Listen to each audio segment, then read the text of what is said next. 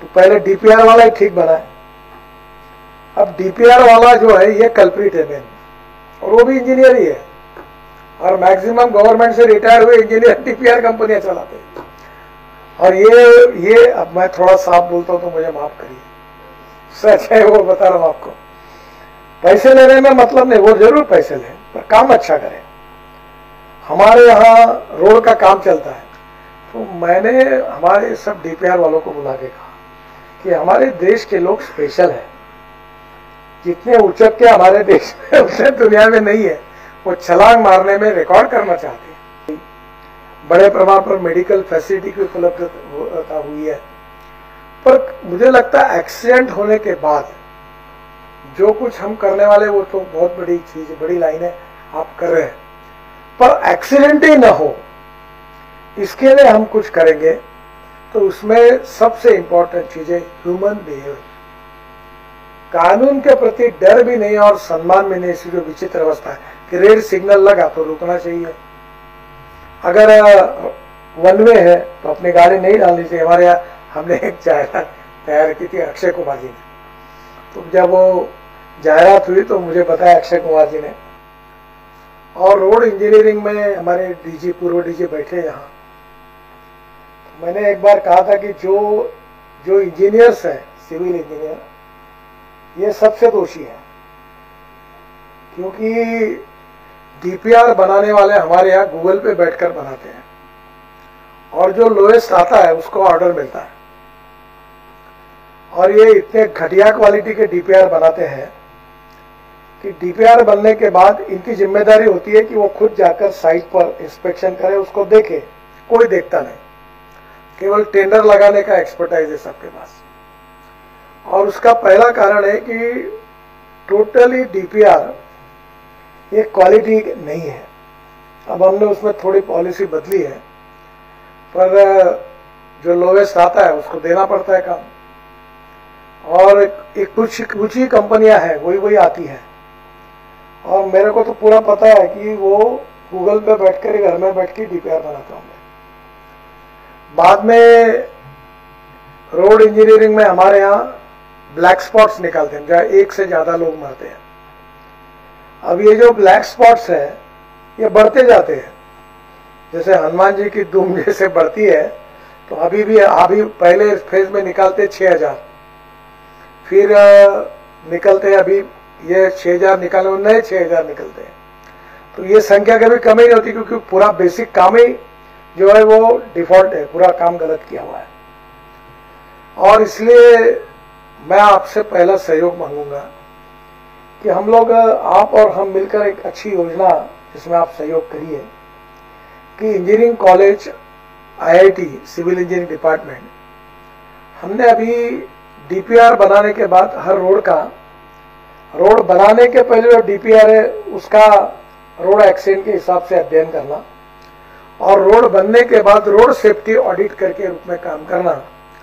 इसमें नए इंजीनियर्स और इंजीनियरिंग कॉलेजेस और आईआईटी ऐसे लोगों के इंस्टीट्यूशन को बहुत ज्यादा खर्चा नहीं लगता, पर आप अगर स्पॉन्सरशिप लेके उनसे ये रिपोर्ट तैयार करके अगर हमको देंगे तो इसका बहुत उपयोग होगा। मैं मानता हूं कि हमारी गलती है तो उसको स्वीकारना चाहिए। मैंने करीब 25 साल पहले मुंबई और पुणे के बीच में एक्सप्रेस हाईवे निर्माण किया था, और जब वही डीपीआर वैसे बनाया था, तो यहाँ जो एनजीओ है सेव लाइफ फाउंडेशन, तो उन्होंने उसका ऑडिट किया और उन्होंने उसमें 65 मिस्टेक्स निकाली, छोटी छोटी थी, और जब उसमें इंप्रूवमेंट किया गया तो 50% डेथ कम हो गए। अब हमने कम से कम बड़े प्रमाण पर सेफ्टी ऑडिट रोड का शुरू किया है, और इसमें अगर आप जैसी ऑर्गेनाइजेशन इंजीनियरिंग कॉलेज आईआईटी वालों को साथ में लेकर अगर स्पॉन्सरशिप लेकर ये करके दिखाएंगे कि ये गलती है आपकी, तो बहुत सी चीजें सामने आएगी। और यही बेसिक कारण है कि इसके कारण एक्सीडेंट्स होते हैं। मैं जब महाराष्ट्र में मंत्री था तो मैंने एक कमेटी तैयार की थी, उसका नाम मराठी में एक्सीडेंट को अपघात कहते हैं, अपघात निवारण कमेटी। तो मेरे सेक्रेटरी थे तांबे करके, उस समय वो रिटायर्ड हुए थे, तो उनको अध्यक्ष बनाया। डीजी और police officer, retired officers, transport के प्रतिनिधि। तो आप पुणे से कोल्हापुर गए होंगे बहुत बार। तो पुणे से कोल्हापुर में एक जयसिंहपुर बाईपास है, ऐसी कर्व। अब कोई तो भी नेता ने दबाव डाला होगा मेरी जगह मत लो, तो उसने रोड उल्टा कर दिया होगा, इतना ही, कोई साइंटिफिक रीजन नहीं होगा उस पुराने समय।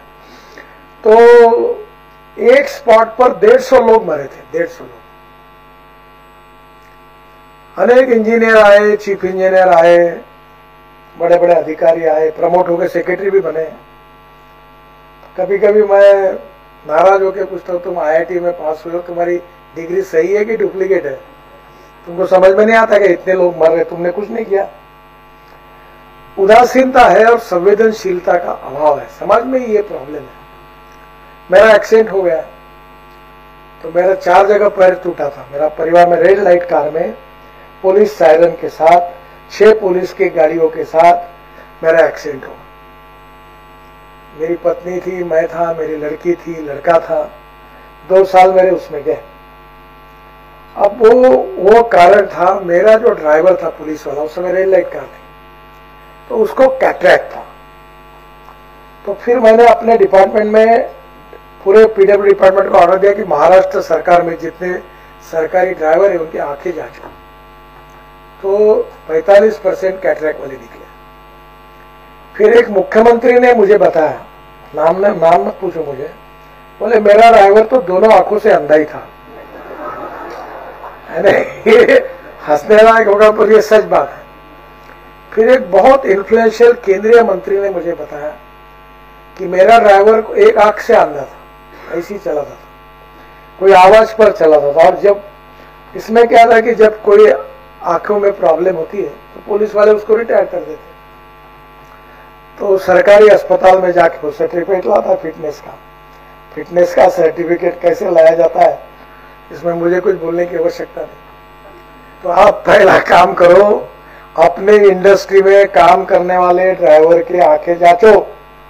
मैं अभी लिख के देता हूं, तुम्हारे यहाँ 25 से 30% कैटरैक्ट वाले निकलेंगे, कुछ अंधे निकलेंगे। सरकार में ये 50% निकलेंगे, क्योंकि कोई जांच ही नहीं करता। तो पहला एक बार जरूर इसको जांच लीजिए, ताकि एक्सीडेंट्स के कारण में एक ये भी है। दूसरा जो रोड इंजीनियरिंग में है वो ब्लैक स्पॉट्स की इंप्रूवमेंट। इसमें साइनेज नहीं है, लेफ्ट टर्न, राइट टर्न, लेन डिसिप्लिन नहीं है। अब आपके फीकी में तो आप सब इंडस्ट्रियलिस्ट हो, तुम्हारे इतनी ट्रकें चलती है, कभी आप अंदाज लो कि तुम्हारे यहाँ जो ट्रकें चलती है उसके ड्राइवर लेन डिसिप्लिन का पालन करते क्या? कोई नहीं करता। और लेन डिसिप्लिन का पालन न करना ये भी एक एक्सीडेंट की समस्या है। तो मेरा आपसे अनुरोध है कि आपके यहाँ जो ड्राइवर आते हैं, ट्रांसपोर्टर हैं, उनको आप एक बार जरूर कहिए और ड्राइवर से कि भाई एक बार प्रतिज्ञा पत्र लीजिए कि भाई मैं लेन डिसिप्लिन का पालन करूंगा, रूल्स ऑफ द रोड का पालन करूंगा। तो इससे भी काफी बड़े प्रमाण में हम लोग ये बचा सकते हैं लोगों की जानें। एक इम्पॉर्टेंट चीज है कि रोड इंजीनियरिंग में रोड की हालत, ये भी एक समस्या है, और गलत रोड का डिजाइन ये भी समस्या है। तो पहली बात तो अधिकारी देखेंगे, उनके लेवल पर मिस्टेक्स रेक्टिफाई होगी। तो पहले डीपीआर वाला ही ठीक बना है। अब डीपीआर वाला जो है ये कल्प्रिट है मेन, और वो भी इंजीनियर ही है, और मैक्सिमम गवर्नमेंट से रिटायर हुए इंजीनियर डीपीआर कंपनियां चलाते हैं। और ये अब मैं थोड़ा साफ बोलता हूं तो मुझे माफ करिए, सच है वो बता रहा हूं आपको। पैसे लेने में मतलब नहीं, वो जरूर पैसे लें पर काम अच्छा करें। हमारे यहाँ रोड का काम चलता है, तो फॉरेन में चलेगा तो वो पहले कवर करेगा, फिर टीन लगाएगा, फिर रेड सिग्नल लगाएगा, फिर क्षमा मांगेगा कि गलती हो रही। हमारे कॉन्ट्रैक्टर ऐसे एक्सपर्ट है कि एक एक गड्ढा खोद के 2-2 महीने देखते रहते हैं, कि जैसे कोई एग्जीबिशन ग्राउंड पर कोई दुकान में प्रोडक्ट का एक्सपोजर है वैसे बैठे रहते हैं। अब मैंने अखबार वालों को कहा कि इनके फोटो प्रसिद्ध करो आप, कॉन्ट्रैक्टर के, इंजीनियर के, और गड्ढा कितने दिन से है। क्योंकि पब्लिक में भी पता चलना चाहिए कि कौन नहीं कर रहा। जिसके रोड पर एक्सीडेंट हो रहे वो डीपीआर बनाने वाले के फोटो लगाओ। एक बार हमारे एनएचआई ने एक बिल्डिंग बनाई थी, तो मैंने उद्घाटन किया था उसका, तो 150 करोड़ का काम 4.5 करोड़ में हुआ और 1.5 साल का काम 4.5 साल में हुआ। तो मैंने कहा मैं उद्घाटन तो कर रहा हूं पर तुम्हारा अभिनंदन क्यों करूं? तो जिन्होंने डिले किया और जिनके कारण सरकार को 300 करोड़ का चूना लगाया, उन महान ऐतिहासिक लोगों के फोटो लगाओ। लेट द एनएचआई में आने के बाद इसके कारण डिले हुआ तो लोग समझेंगे। तो कहीं ना कहीं संवेदनशीलता और अवेयरनेस, ये जो हमारे लेवल पर हम कोशिश कर रहे हैं। मैं तो अभी रिव्यू करता हूं प्रोजेक्ट के स्टेट वाइज, तो डीपीआर वालों को खड़े करता हूं। अब जो मैं बोलता हूं आपको बताने लायक नहीं है, पर कोई उनको शर्म नहीं आती, फिर नया टेंडर 40% बिल हो जाके भरते और फिर वही गंदगी करते हैं। अब सरकार में समस्या है कि लोएस्ट आने वाले आदमी को आप काम रिजेक्ट नहीं कर सकते, पर it is our responsibility, we need to find out the way out. वो हम लोग जरूर कोशिश करें कि डीपीआर अच्छा बने। दूसरी बात, रोड सेफ्टी का ऑडिट। तो आप 2 चीजों में करिए कि रोड डीपीआर बनने के बाद आप कोई 10-15 लाख रुपए में काम, वो इंजीनियरिंग कॉलेज के लड़के वो सिंसियरली अगर ये स्पॉन्सरशिप करके करेंगे तो ये काम हो जाएगा।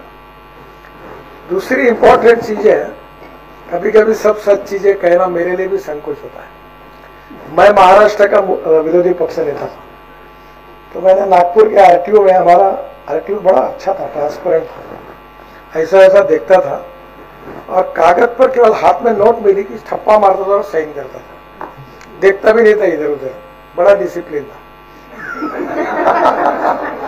तो विलासराव देशमुख मुख्यमंत्री थे और शिवाजी और मोघे करके ट्रांसपोर्ट मंत्री थे। तो मैंने क्या किया, एक को पकड़ा, मेरा बोला इनके दोनों के लाइसेंस बना, और मुख्यमंत्री का लाइसेंस और परिवहन मंत्री का लाइसेंस जब उसके पास गया तो पहले ट्रांसपेरेंट और डिसिप्लिन होने के कारण उसने इधर उधर नहीं देखा, पैसे लिए, रखे, ठप्पा मार दिया, लाइसेंस ला के दिए। तो मैंने मुख्यमंत्री को विधानसभा में बताया, देखो तुम्हारा लाइसेंस, तो दोनों के लाइसेंस तैयार। अब ये आप जैसे विद्वान, सुशिक्षित, धनवान, सुसंस्कृत लोगों को अगर मैं एक सवाल पूछूंगा कि आप में से कितने लोग ऐसे कि जो आरटीओ में जाके परीक्षा पास करके जिन्होंने ड्राइविंग लाइसेंस लिया, ऐसे कितने लोग हैं? अच्छी बात है, तो भी 50% है। अब 50% ने कहां से लाया होगा मालूम नहीं। मैंने जब यह आरटीओ के लिए एक्ट पास किया तो कोल्हापुर के आरटीओ के सामने 4000 लोगों ने मेरा पुतला फूका। तो मैं गया तो मैंने बोला उनको बुलाओ, तो उन्होंने कहा हम गरीब लोग हैं, हम 4000 लोग हैं, हमारा परिवार आरटीओ के दलाली पे चलता है और तुम हमारा रोजगार छीन रहे हो। मैंने बोला तुम्हारे लिए कोई दूसरा रोजगार ढूंढने के, पर ये क्यों करते हो? यानी बड़े प्रमाण पर ड्राइविंग लाइसेंस, अमेरिका में मैं गया था तो मेरी लड़की एक महीना भर इतना बड़ा किताब का अध्ययन कर रही थी। तो बोला ये काय के लिए पढ़ रही तो? बोले मेरी परीक्षा है। बोला काय की? बोले ड्राइविंग लाइसेंस के लिए।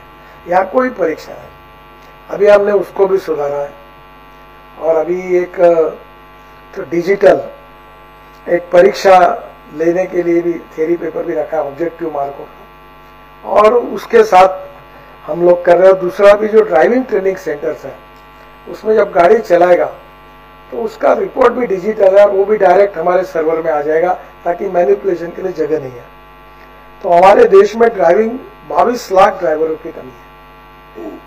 अभी अशोका बिल्कान वाले बता रहे थे, इनको पूछो कि तुम्हारे यहाँ जो पेवर चलाते हैं, रोलर चलाते हैं, हेवी ट्रक मशीनरी चलाते हैं, वो चलाने वालों के पास ड्राइविंग लाइसेंस है क्या?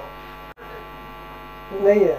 उनके दोष नहीं है, क्योंकि हेवी इंडस्ट्रीज में ये ट्रक वालों को भी मालूम है, ऑटोमोबाइल वालों को मालूम है कि जो कंडक्टर पहले नौकरी के लिए लगता है वही रात को ट्रक चला के लाइसेंस और ड्राइविंग सीखता है।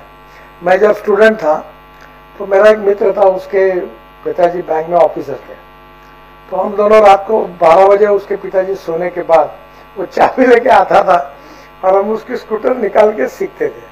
उसी से ऐसे ही लोग सीखे बहुत से।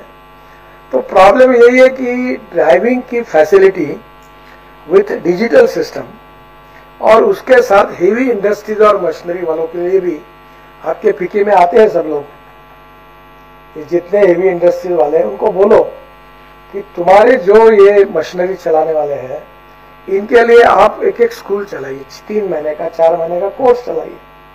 और तुम अभी कुछ लोग कर रहे हैं, मारुति वाले भी बैठे हैं, बाकी भी लोग कर रहे हैं अभी, और ड्राइविंग ट्रेनिंग सेंटर्स भी इन्होंने खोले। मैं आग्रह कर रहा हूँ कि और खोलिए।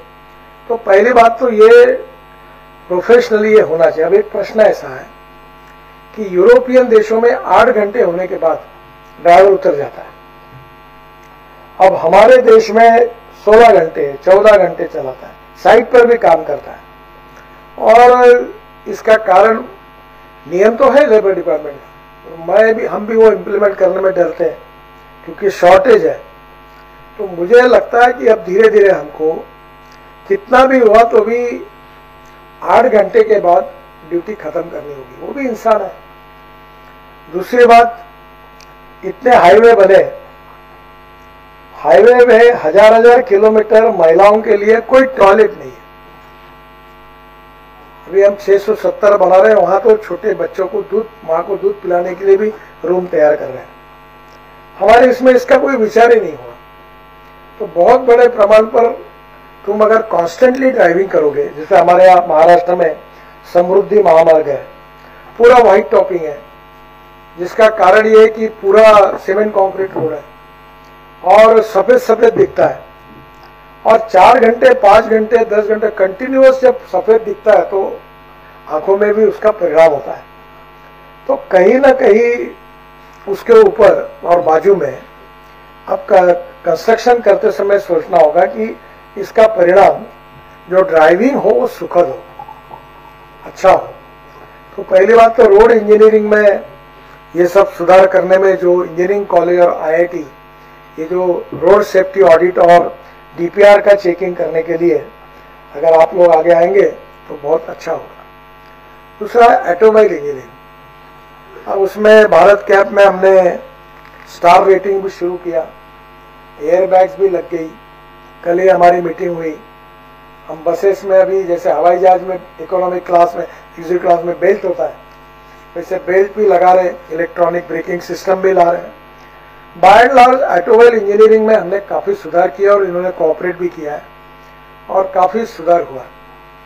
पर ये जो लुधियाना में और ये इंदौर में ये हथौड़े लेकर बस बॉडी बनाते हैं, उसमें थोड़ी मेरी भी गलती हुई। अब बहुत एक्सीडेंट हो गए, लोग मर गए। ये लोगों को बार बार आते थे, हम गरीब है, तो मैं उनको मुदत देते गया। अभी हमने उनको मुदत दी है और 2025 के बाद इसके बाद बस बॉडी एकदम इंटरनेशनल स्टैंडर्ड की होगी, अच्छी बसेस आएगी। पर अभी तक थोड़ा प्रॉब्लम है, हथौड़ा लेके लकड़ी लगाकर एल्यूमिनियम शीट ठोक पीट करके लाल पीले लाइट लगा के बस बॉडी बनती। ये बांग्लादेश, पाकिस्तान और हमारे कुछ राज्यों में, मैं नाम नहीं पता था क्योंकि मैं ट्रांसपोर्ट मंत्री हूँ, तो मैं उनको मजाक में कहता हूँ तुम्हारा बहुत अच्छा है। बोले क्या? बोला तुम्हारे गाड़ी में हॉर्न छोड़कर सब बजता है नहीं, क्योंकि हॉर्न बज जाएगा तो लोग सावध होते हैं, जरूरत ही नहीं, तुमने सेविंग किया है। क्योंकि हॉर्न के बजाय धला धन खड़ खड़ बस ही बजती है और टप पे ऊपर बैठते लोग। अभी थोड़ा थोड़ा कम हुआ है, अब इलेक्ट्रिक बसेस भी आ रही है, ट्रांसपोर्ट में सुधार हो रहा है, रोड भी अच्छे बन रहे हैं, तो उसके कारण भी कुछ प्रमाण में ये कम होगा। ये जो हीट एंड रन की केसेस है 67,387, 15%, और उसमें डेथ है 30,486। ये जो हीट एंड रन करने वाली गाड़ियां है, ये छोटी गाड़ी नहीं है, इकोनॉमिक मॉडल वाली नहीं है, सब ये बड़ी गाड़ी है। अब मैं किसी को बोलता नहीं हूं, बड़ी बड़ी गाड़ियां एसयूवी जो है वो धनवान लोगों के पास जो लड़के हैं, अब वो हमने कानून किया है कि लड़के ने एक्सीडेंट किया तो माँ बाप को शिक्षा सजा करेंगे। अभी भी इसका परिणाम नहीं हुआ है।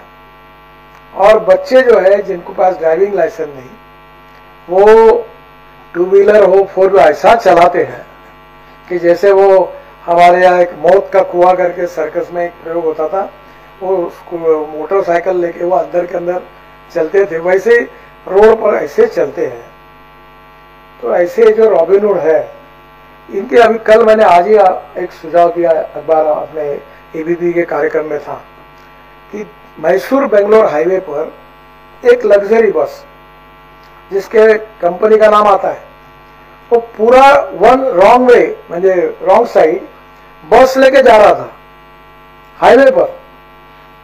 तो मैंने कहा इसका फोटो निकालो, सब मीडिया में भेजो, इसके मालिक का नाम छापो, उसका फोटो मिलाओ और ये कैसा नालायक है करके दुनिया को बताओ ताकि लोग उसको क्रिटिसाइज करें। तो बहुत से बार अभी मेरठ पर एक स्कूल वाला रॉन्ग साइड आया और रॉन्ग साइड आने के कारण एक एसयूवी से टक्कर, 6 लोग मर गए। वो तो खाली था। तो कहीं ना कहीं अभी मैं जहां रहता हूं नागपुर में हाईवे है, तो अभी हाईवे में मैंने हमारे इंजीनियर्स को कहा तुम्हारे हाईवे पे एक महिला एक बच्चा अपने हाथ में एक लेकर और वो बीच वाले कॉरिडोर में छलांग मार के कूदकर दोनों को लेकर इधर कूद रही है और दोनों बाजू में गाड़ियां जा रही। तो मैंने हमारे सब डीपीआर वालों को बुला के कहा कि हमारे देश के लोग स्पेशल है, जितने उचक के हमारे देश में उतने दुनिया में नहीं है।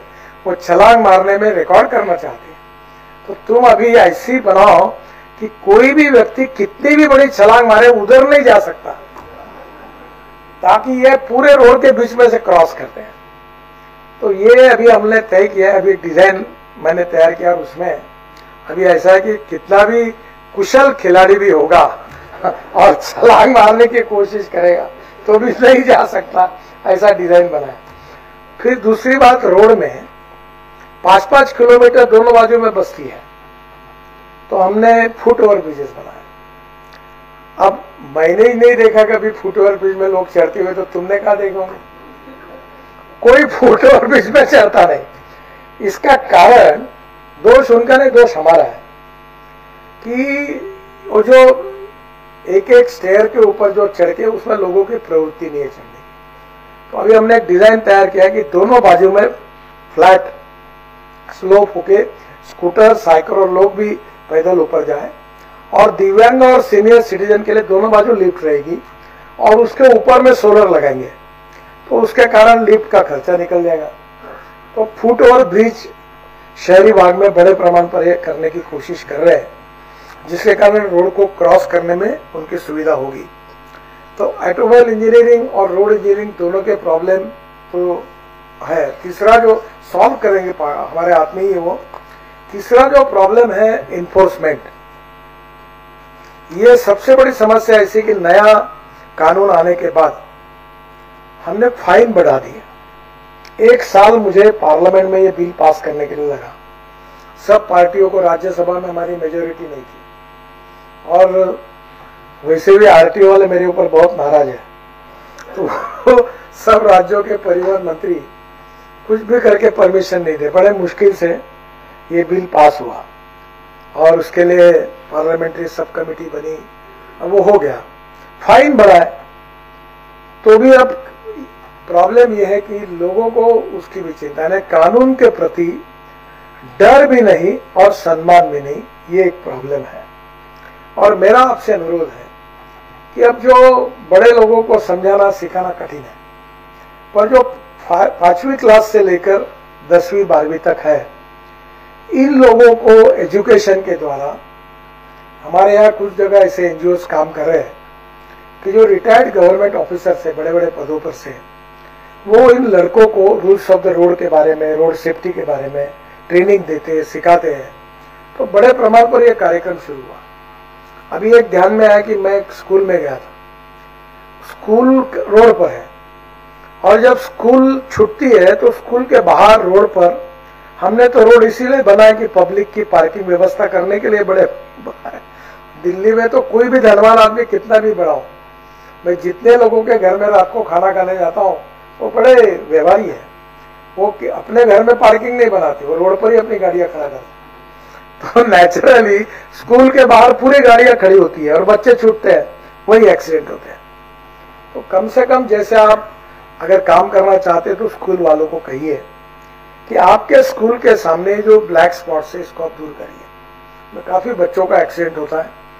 और दूसरा जो मुझे लगता है कि स्कूल में जैसे हम सड़क सुरक्षा अभियान चलाते, अभी बीच में दिन भर प्रसून जोशी, अमिताभ बच्चन, मैं भी था और हमने काफी एक बड़ा कार्यक्रम दिन भर चलाया और लोगों के एजुकेशन के लिए काफी मीडिया का इसमें उपयोग हो सकता है।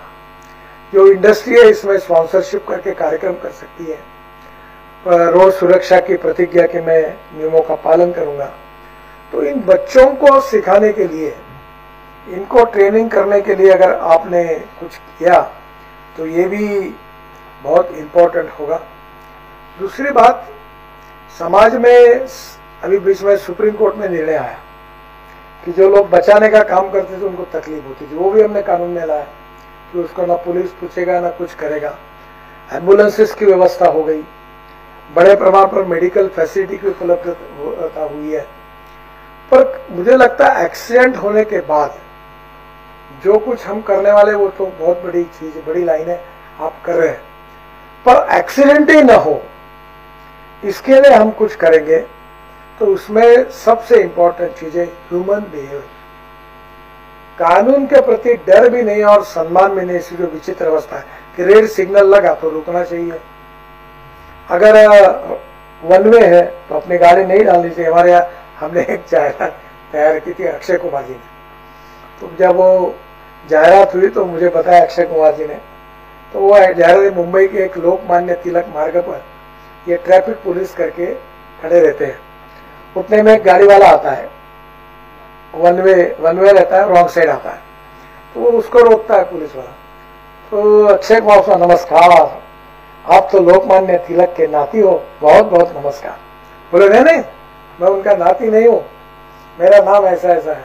अच्छा, फिर आप रॉन्ग साइड जा रहे, मुझे लगा ये लोकमान्य तिलक मार्ग है, अब तुम्हारे बाप का ही होगा इसलिए तुम रॉन्ग साइड जा रहे होंगे।